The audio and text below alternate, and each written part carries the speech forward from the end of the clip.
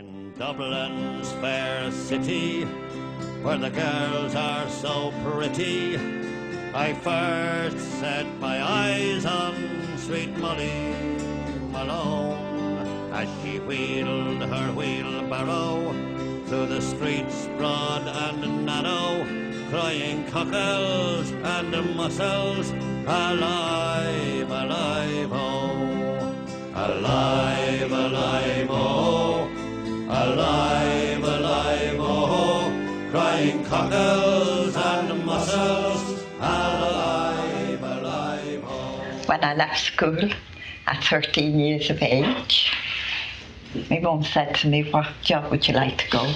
And I said I'd like to work in a draper's shop. And I went to O'Hara's. That was big, huge, big shop. It was a big shop, yeah. It was a clothes shop. Clothes shop. Sell men's clothes and ladies' clothes, and lovely shops, yeah. And then what happened then was I was working away with life, and suddenly a woman came in with a shawl on her. I never forget she had a shawl on her. And she wanted a suit for her lad. They sold everything. It was made his first communion, wasn't he? No, he was going to work. Oh, I see. Yeah, he got wrong. Sorry, excuse me for living. Yeah, go on.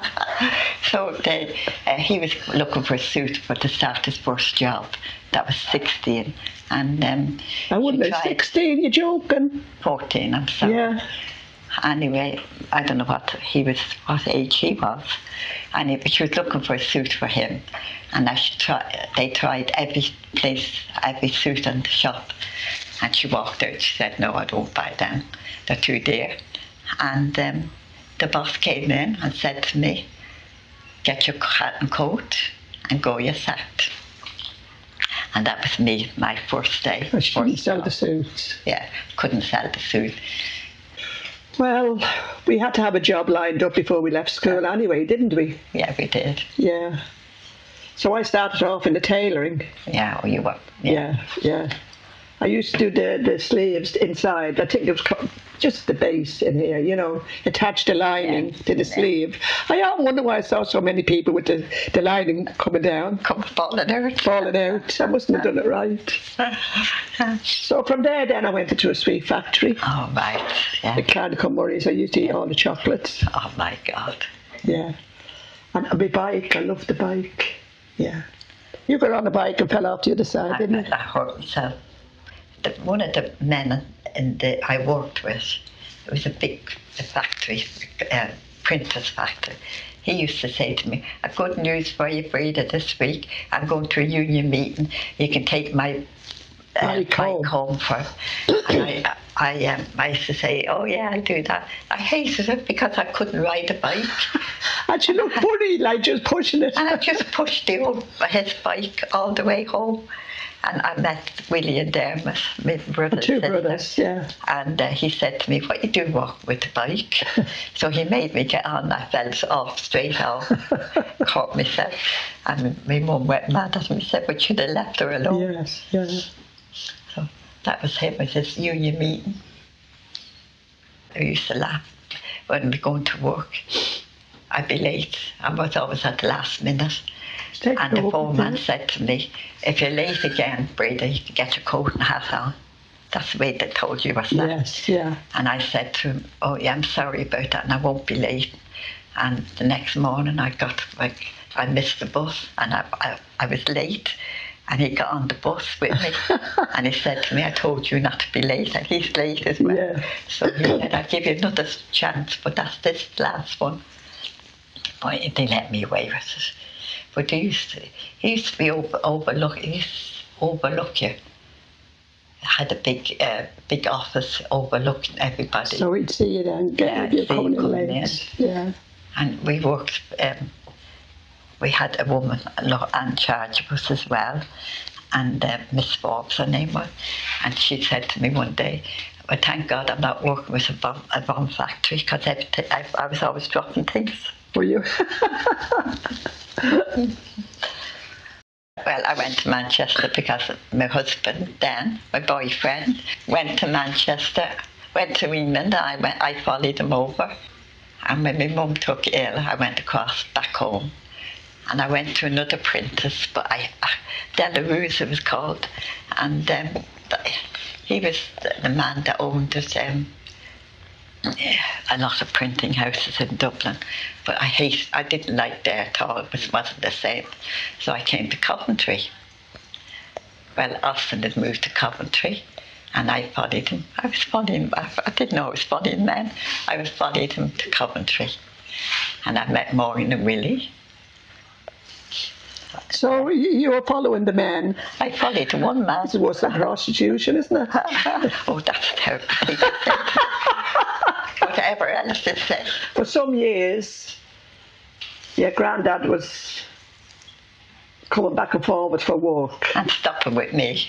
And stopping with Auntie Breda. I had. She used to take the lodgers. She used to take the lodgers in. I didn't take the lodge. I only took Desi in. How do you take the brothers in, Breda? Well, so mostly Desi. Yeah. Stopped with me every year.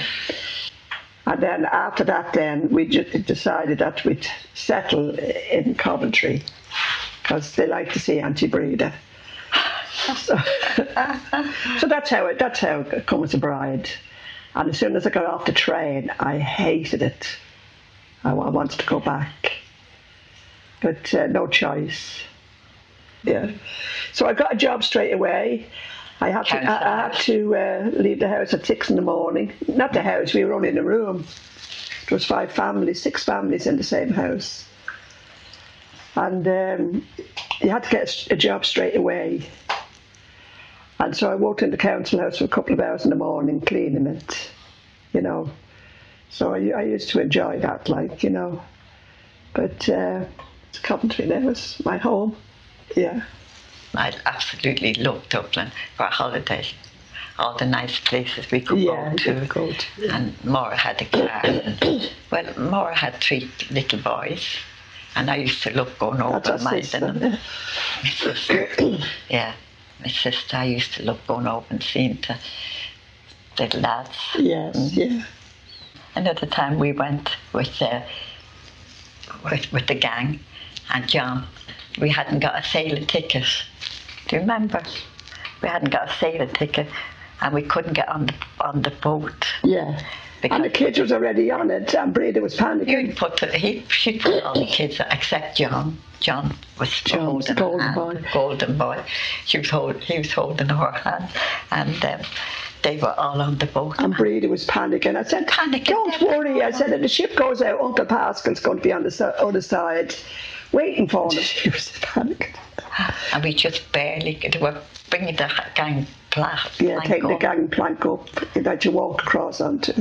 Yeah. But we managed that in the end. And another time I covered Paul all the way on the train because I couldn't afford all the fares.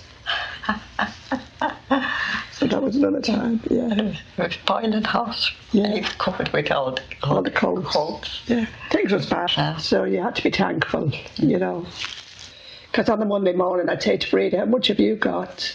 £2. £2. She'd say, "How much have you got?" I would probably just have the same. Yeah, we've had that for the week. Oh, we had that for the week. Yeah. And you just had to manage. We had some laugh. Yeah, they were good days. Yeah, we had good fun. Yeah. Thinking about it, it's a good life. We had plenty. Oh God, yes, didn't we? Yeah. We didn't have much, but we enjoyed. Yeah. We had to. And we became good friends, so we beat one another up now and again. But we did. We got on because you were the opposite to me. Oh, yeah. Yeah. I was very placid. Yeah, and I attack. She attack. I don't think, do I? I just speak out. Yeah. That's just you. Yeah. The way you are. Thank you very much. Sure what the song says. Dublin in the rare old days.